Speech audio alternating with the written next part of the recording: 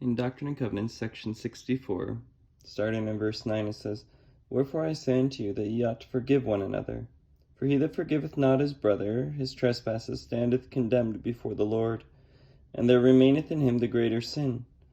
I, the Lord, will forgive whom I will forgive, but of you it is required to forgive all men. And ye ought to say in your hearts, Let God judge between me and thee, and reward thee according to thy deeds."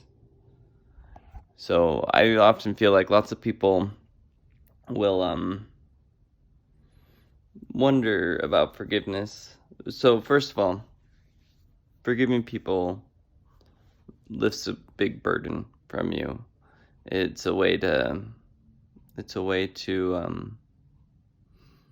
experience the love of God in your life, to experience peace again, to not be angry, to not let those emotions consume your life. It's very healing. But lots of times people are concerned with certain situations. For example, if someone's in an abuse situation, or if someone just isn't trustworthy.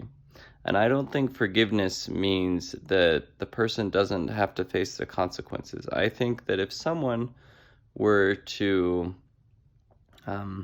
abuse you, for example, that person should still face all the legal consequences of that action, and possibly never, and probably not associate with you anymore.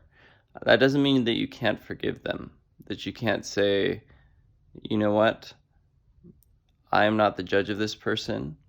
God is the one who judges this interaction, and I'm going to give this to God.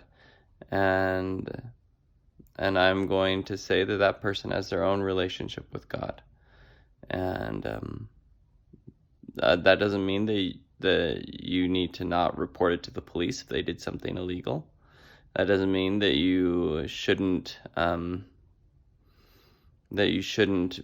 put up appropriate precautions if they are around you. For example, if that person abused children, I think that they shouldn't be alone with children.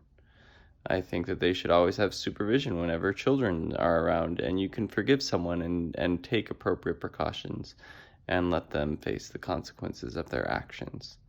Yeah. But when you do forgive, it's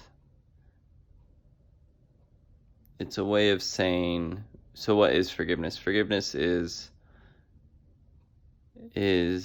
not holding that bitterness and anger against them, saying, you know what, this is an issue for God to sort out, and I'm going to love them the best that I can, given the circumstances. Love them in a Christ-like way, according to the circumstances. Now, God definitely loves people, but also makes them face the consequences of their actions. So, yeah. But forgiveness brings peace, and it's a commandment. It's a sin not to forgive. So I encourage you to do it.